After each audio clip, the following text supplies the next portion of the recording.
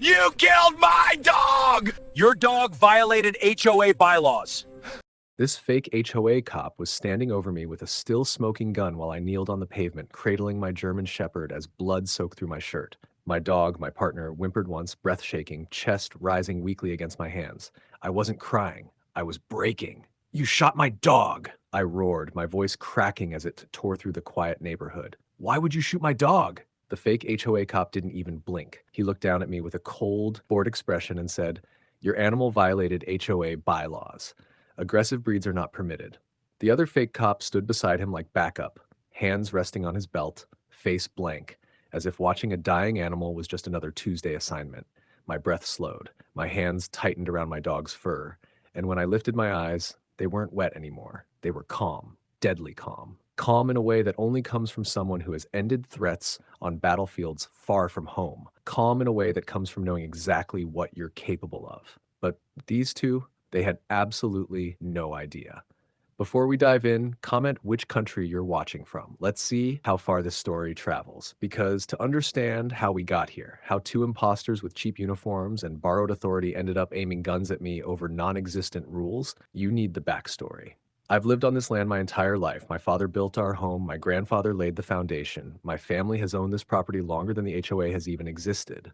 Then came Victoria Hale, HOA president, power-hungry, delusional, a woman who believed every inch of this neighborhood belonged to her except my land, because my property was not part of the HOA, never had been, never would be. She wanted it anyway. First came the friendly offers, then the threats.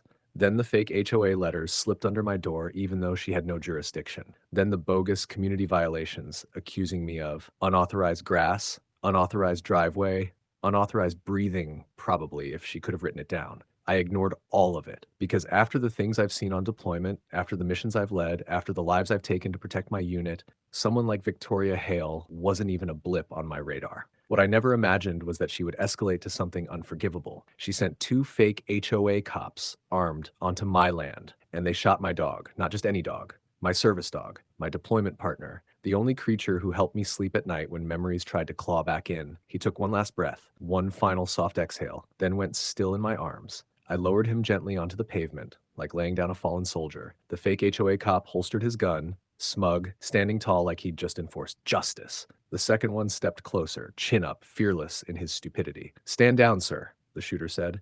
HOA rules allow lethal force on non-compliant animals. My jaw clenched. A muscle twitched in my cheek. I rose to my feet, slow, controlled, like something violent waking up, and I said, voice low enough to make both men shift their stance, "You just made the biggest mistake of your life." The shooter smirked when I stood up. He thought I was just a grieving dog owner. He thought I was just another homeowner he could bully. He had no idea he was standing 10 feet away from a Delta Force commander who'd spent half his life ending threats far more dangerous than him. I took one step forward, just one, and both fake cops flinched. The one who hadn't fired held out a palm like he was actually in control. "Sir, stop right there. This is an HOA matter. Do not escalate.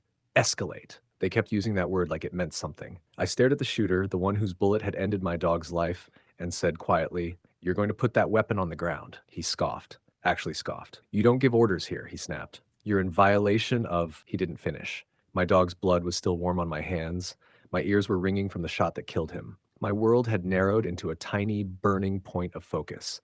This man will never hurt another living thing again. He lifted his gun just an inch, just enough to justify what came next. I drew, smooth, silent, fast. Bang!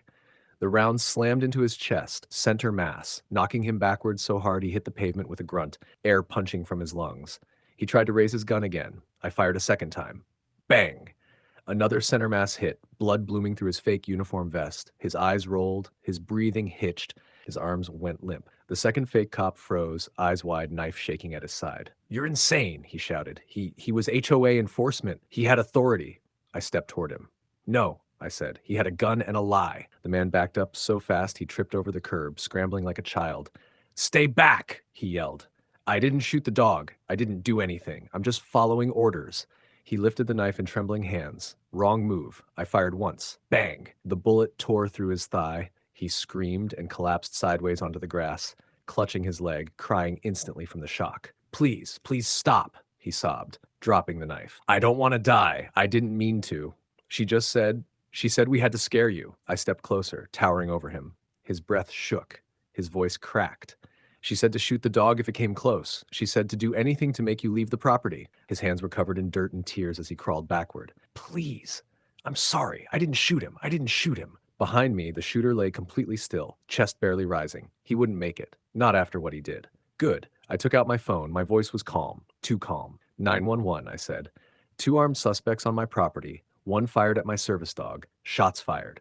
1 down, 1 injured. Send deputies and medics. The operator asked if the first suspect was breathing. I glanced at the shooter. Barely. Not for long. Not really, I said. Neighbors emerged from their porches, phones recording, voices whispering, "Oh my God, he shot the dog." They attacked him first. The HOA has gone way too far. Sirens approached in the distance. Fast. The wounded fake cop curled into himself, crying, "Please, please don't kill me, please." He should have thought of that before stepping onto my land. And this wasn't over. Because Victoria Hale, the woman who sent them, had no idea what was coming for her next. If you're enjoying this HOA story so far, like and subscribe because the story is only going to get better. The sirens finally rolled onto the street. First 1 cruiser, then 2 more. Lights flooding my property in red and blue. Neighbors lined the sidewalks with phones raised, whispering, pointing, telling deputies, "He didn't start it. They shot his dog. They came onto his land armed." I didn't speak. I just stood there beside my dog's still body, hands stained with blood that wasn't mine. Deputies rushed toward the shooter first. 1 knelt, checked for a pulse, looked up at the others and shook his head. He's gone. The surviving fake HOA cop burst into hysterical sobbing. "He made me do it. He said we had to scare him. I didn't shoot the dog. She told us." A deputy crouched beside him. "Who told you?" The man pointed a trembling hand straight toward Victoria Hale's house. The entire street fell silent. Deputies exchanged looks. 1 walked up to me slowly, careful, respectful. "Sir, were you in fear for your life when you discharged your weapon?" I didn't hesitate. He aimed a gun at me after killing my service dog. The other advanced with a knife. They were on my property. The deputy nodded once. "Understood." Behind us, the fake cop kept crying. "She said he wasn't HOA. She said we had to force him out. She said, shoot the dog if it got close." Every word was an arrow aimed straight at Victoria. Deputies stormed across the street. Victoria Hale stepped onto her porch like she'd been rehearsing for a press conference. Pearls on, hair perfect, face arranged into a fake expression of concern. "What's going on? Why are you at my home?" she demanded. The lead deputy didn't blink. "Ma'am, we need to ask you a few questions about the armed men you sent to Mr. Carter's property." Victoria scoffed. Actually scoffed. They weren't armed. They were HOA enforcement personnel, completely within their rights. The deputy's voice hardened. "1 is dead. The other is injured. Both had weapons." Victoria's mask cracked. "I didn't tell them to shoot anyone. I simply instructed them to encourage compliance. If his dog died, that's his responsibility." The crowd gasped. The deputy stared at her like she'd just confessed to murder, which in a way, she had. "Ma'am," he said, stepping forward, "we have recorded statements, eyewitness footage, and digital forensics that say otherwise." Victoria froze. "Ma'am, turn around." "What? No, I am the HOA president. You can't." Handcuffs clicked. Neighbors cheered. Some cried. Some filmed. Victoria Hale, the woman who thought she owned the entire neighborhood, was shoved into the back of a patrol car screaming, "You can't do this. I was protecting the community. He's dangerous. He's a threat." A deputy looked at me. "You military?" "Delta Force," I answered quietly. He nodded slowly, respectfully. "We'll handle everything from here." Medics lifted the surviving fake cop onto a stretcher. He refused to look at me. He just whispered, "She said you'd leave. She said the dog was expendable. I'm sorry. I'm so sorry." I didn't answer. My attention was back on the body lying at my feet, the only partner who never failed me. Deputies offered to take him to emergency veterinary services for documentation. I picked him up myself. Strong arms, slow steps, no tears. Not yet. Just a storm waiting for a place to strike. Before I carried him inside, I looked at Victoria's house, dark, silent, no longer feared, and I whispered, "This land is mine, and you'll never touch it again."